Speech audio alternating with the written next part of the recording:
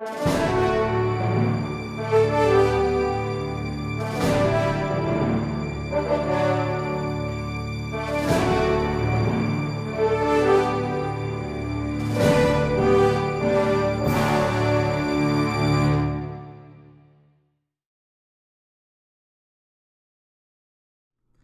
going on, everybody? Welcome back to Too Much to Watch. I'm your host, Sean. Today, fun, exciting day. I'm really excited to do this one.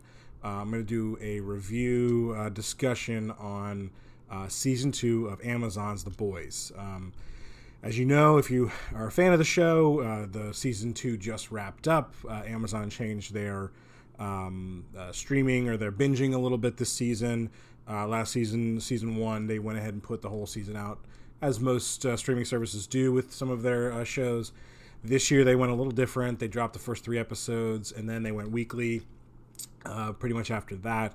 So this past Friday, October 9th, I believe it was, the season finale hit. And man alive, is this a great show. Massive hit for Amazon. Before the Season 2 premiere hit, they were already ordering Season 3 of The Boys.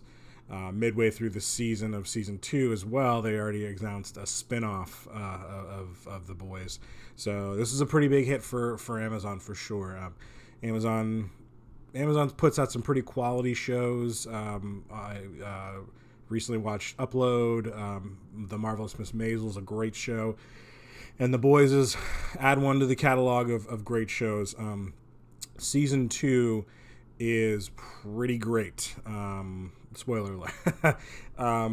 If you don't know what The Boys is, real quick recap. Season 1 introduces, this is based off of a comic by, I believe, is Garth Ennis. The comic follows a group of anti-superheroes. We live in a world in this story of superheroes are alive and well. They are marketed fairly well. Very popular movies, franchises, toys, you name it, each one of these superheroes has it. And specifically, the show follows along with a main group called the Seven, led by a character named Homelander. And the Boys are basically an anti-superhero group that tries to keep them in check and destroys them if they must. The Boys is led by Carl Urban. Carl Urban's Billy Butcher. And his crusade against the Seven, specifically Homelander, the main lead of the superhero, the Seven group, played by Anthony Starr. Season 1 follows along with their journey of trying to take them down. I won't get into, this isn't really about Season 1, but spoiler alert, if you haven't seen Season 1, it ends up with Billy trying to find his wife. We've come to find out Homelander has done some things in his past to Billy's wife, and essentially has a child with her. And the main company, Vought, who owns the superheroes, has kept her quiet and kept the child quiet. So Season 2 picks up pretty much right after Season 1 ends, about a week or so after.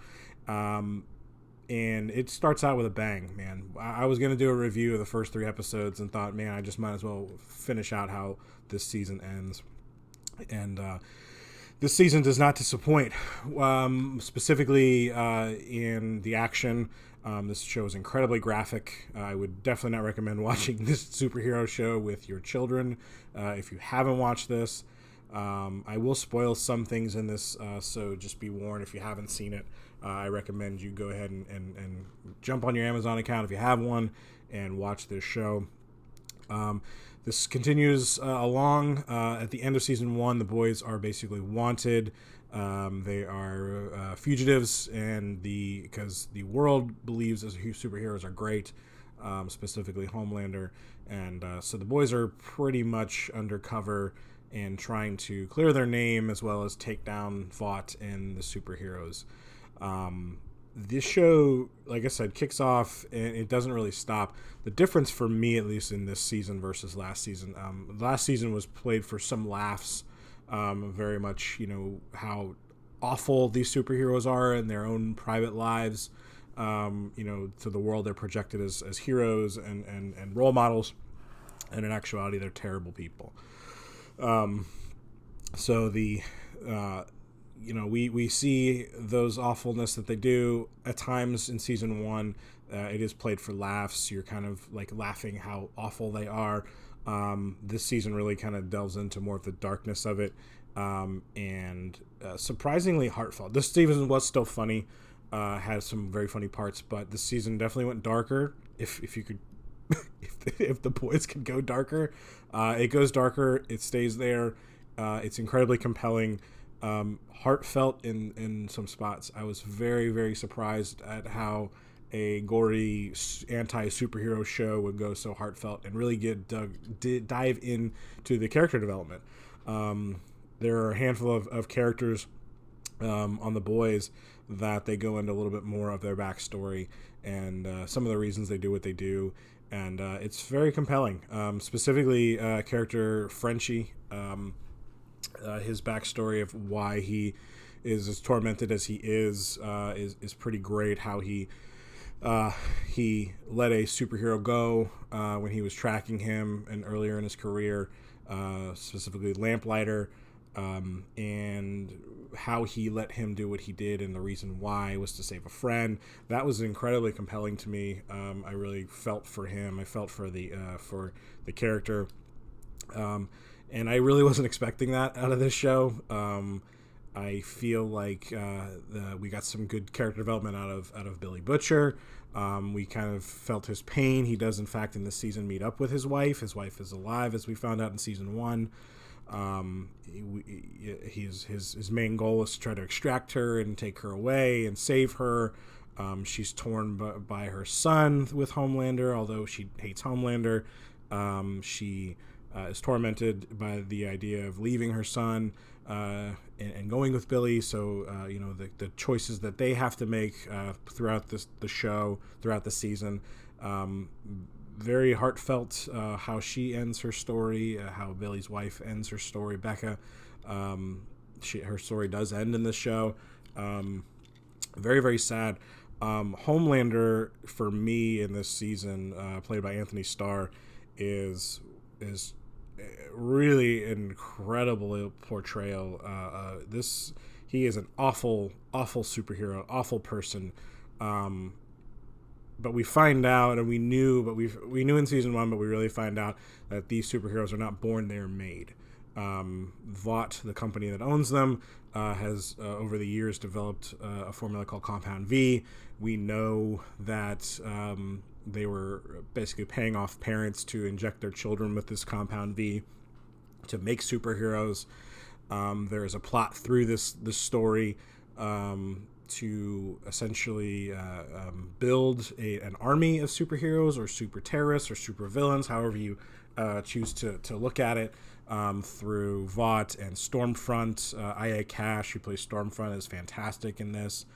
We find out that her character, Stormfront, is actually a 100-year-old superhero who was the wife of the founder of Vought Company, who is essentially trying to build a Nazi army. So great acting through this. I was really, really shocked, again, to watch a show about superheroes and the anti-superheroes, how wonderfully cast and really wonderfully acted this show is. Again, the idea of this show being as interesting as it is, where they couldn't just make a gory superhero show and try to watch these characters, the boys, fight them. Homelander, specifically Anthony Starr, is such a compelling character in that you just don't know what he's going to do. The facial expressions that he shows throughout, the torment he has. I mean, this was a child born in a laboratory who was injected with this Compound V to make a Superman-like superhero. It really is. He really is a wonderful actor in this, and I really would like to see more of what he does. I know he's done some other shows. I know he's done some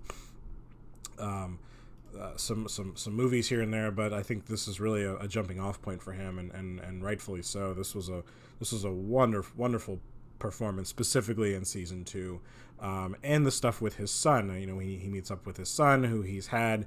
How he made his son is an incredibly terrible act that he did with Billy's wife years ago, but he's trying to make amends in his own strange way by trying to teach his son how to become a superhero. This was a knockout season.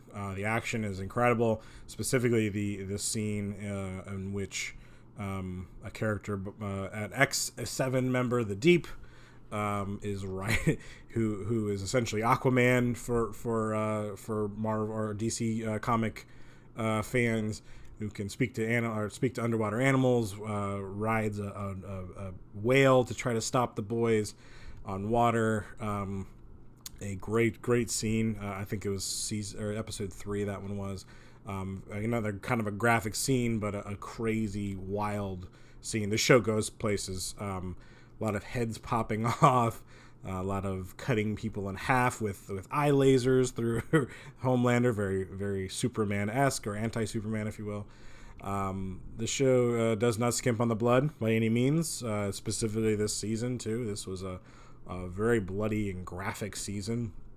I will say that the weak point of this season for me was the Deep storyline. The Church of the Collective he finds, which is essentially a Church of Scientology knockoff. His journey from season 1 of being just a terrible, awful superhero, but getting caught, essentially being thrown out of the 7, and his journey to get back into the 7, played for laughs. For me, doesn't always hit. I think the entryway, the reason for this storyline is essentially to how the season ends with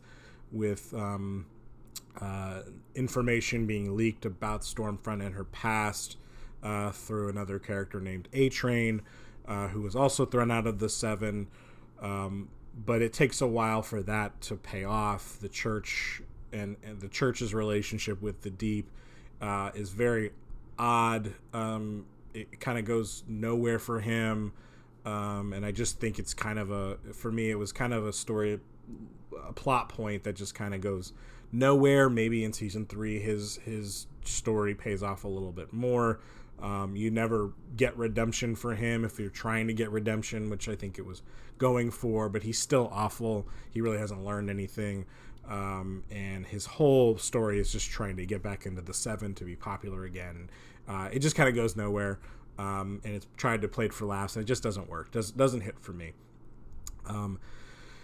The storyline of a handful of other characters with Starlight and Maeve are really good and well done. Queen Maeve is a closeted bisexual in the show. Homelander essentially outs her and her struggles with her past and what she's done and trying to be who she is, and Homelander being kind of holding that over her. Is really a scary moment. Again, great acting from Anthony Starr and what he does. This show is really, really great. And it is more than just a superhero show. I will give it that. Again, like I said earlier, not a show for kids whatsoever. Do not show this to your children. This is not the superhero show. They should not be wearing Homelander shirts, or if they end up selling action figures, they should not have this. I'm very excited for season 3. Season 3 again. They announced the season 3 earlier, before season 2 even started, so they know they have a hit on their hands. The last season was a pretty massive hit for them, and season 2 shapes up to be that same way. I don't have much more to say on it. Again, I think this is a great show. I think if you can stomach some heads popping off, I feel like the very end of the show is an incredible cliffhanger, and I won't spoil that part. I've kind of given away a few plot points. I won't give away the ending, but you do find out why heads pop in one particular scene in a congressional hearing. A lot of heads pop off, and it's a bloody brains mess that I found myself just kind of mouth open, could not believe what I was seeing. So that's later on in the season. You will find out how and why that, or not necessarily why that happens, but you do find out who does it and why they do it. Or again, not why they do it, but who does it. And the cliffhanger really is trying to figure out how season 3 will go. So I really want to know what you think. If you've watched season 2, like I said, just wrapped up this past weekend. I'm really interested to hear what other people have to say about it. I haven't seen too many other reviews other than, kind of the main things online, and that it's incredibly well received. But I want to hear what you have to say. So do me a favor. Go ahead and like and subscribe to this. Like this video, subscribe to the channel. Leave a couple comments about what you think of the show, the season 1, where you think season 3 is going to go. I'm very excited, and I hope you are too. Thank you again. Another thank you for stopping by, for checking us out. I appreciate it. Have some new videos coming in the future, and hope you all have a great day. Peace.